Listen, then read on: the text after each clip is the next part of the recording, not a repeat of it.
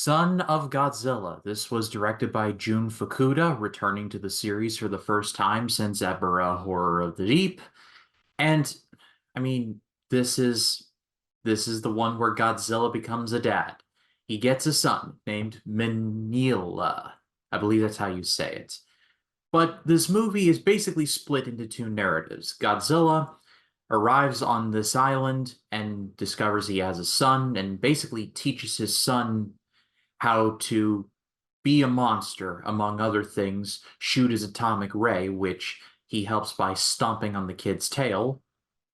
Yeah, that happens.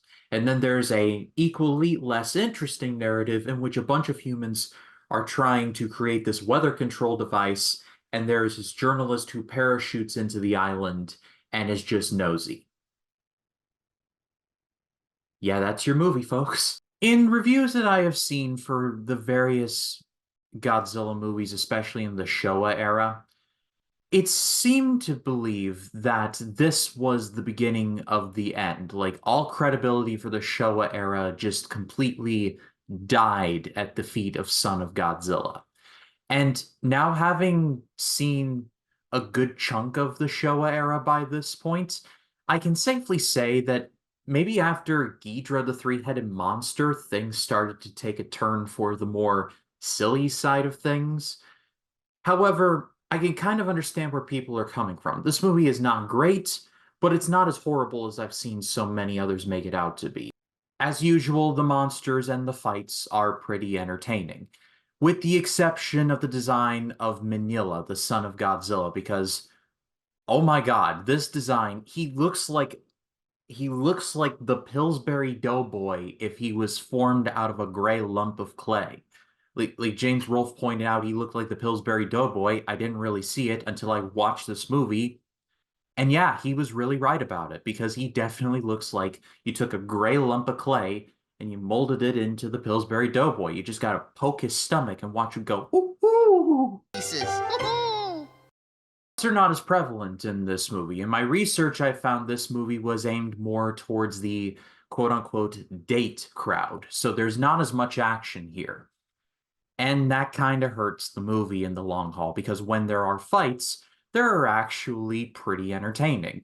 Godzilla fights off against these gigantic praying mantises, which look awesome, by the way. And eventually there's a giant spider that gets involved. And it's just that fight near the end is actually pretty solid. The rest of the time, you're just in there like, okay, Godzilla, like you're just helping your son, and we're stuck here. Okay. Humans are no real better either. Honestly, these are some of the weakest humans in the Showa era, and like weakest in terms of story and things for them to do, and that's really saying something.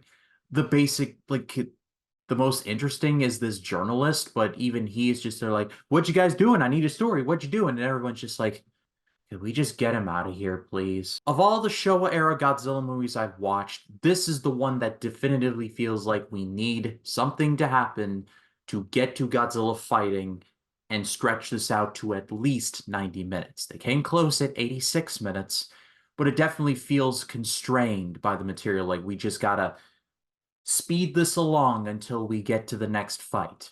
And I understand what these movies are. They're not really deep per se, but there's something to be said about movies that are basically monster mashes that can be thought-provoking at the same time. Hell, the Showa era began with King Kong vs. Godzilla, which was kind of a take from Ishiro Honda on Japan's television industry and the advertising agencies that were in Japan promoting these wild advertisements on television. We have now digressed from that metaphor to Pillsbury Doughboy, son of Godzilla. Again, this movie is not the worst. There are genuinely some like, okay, that was impressive. The rest, it's just pretty forgettable.